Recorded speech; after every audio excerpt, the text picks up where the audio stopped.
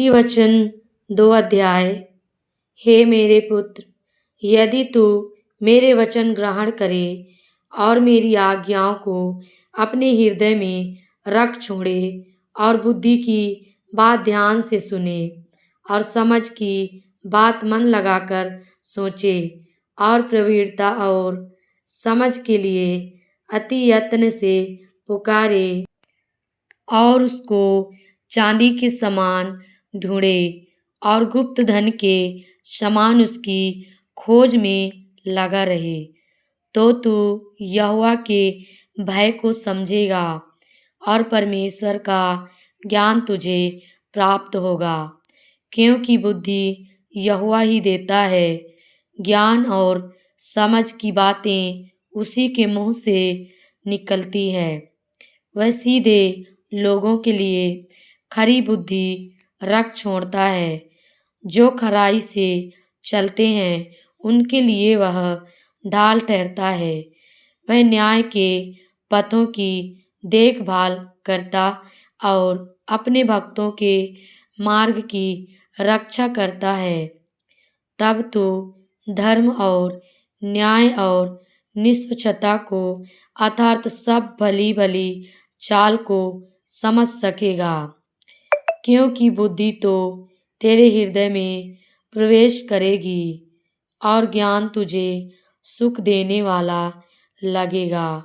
विवेक तुझे सुरक्षित रखेगा और समझ तेरी रक्षक होगी, ताकि तुझे बुराई के मार्ग से और उलटफेर की बातों के कहने वालों से बचाए, जो खराई के मार्ग को छोड़ देते हैं ताकि अंधेरे मार्ग में चलें, जो बुराई करने से आनंदित होते हैं और दुष्ट जन की उलटफेर की बातों में मगन रहते हैं, जिनकी चाल चलन टेढ़ी मेढ़ी और जिनके मार्ग बिगड़े हुए हैं।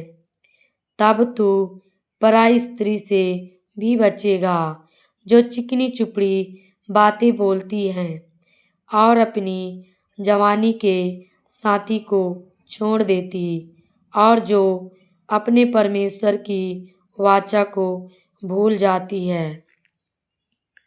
उसका घर मृत्यु की ढलान पर है और उसकी डगरें मरे हुओं के बीच पहुंचाती हैं।